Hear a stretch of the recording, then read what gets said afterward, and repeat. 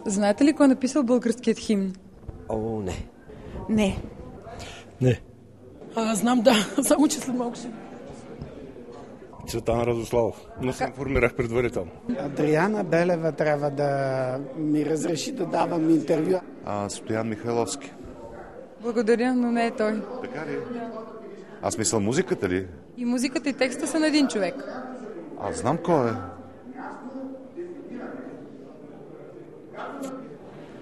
И той е написан от Цветан Радославов, милороден текст, така че това е в съдържанието на нашия химн. Знаете ли кой е написал българският химн? Моля. Какво общо има това с днешното създание на парламента? Радославов, но не Александър. А как се казва химна ни? Как се казва? Аз го знам като Мила Родино. Мила Родино, разбира се. Горда Стара планина ли беше? Еми не точно. Да, нещо такова. Как започва припева? С думичките на припева е. Сега да ви пея ли тук? Мила Родино. А знаете ли кой го е написал? Стан Радославов. Горда Стара планина. А знаете ли кой го е написал? Знае, разбира се, но това са елементарни въпроси. Не дайте ме провокирайте.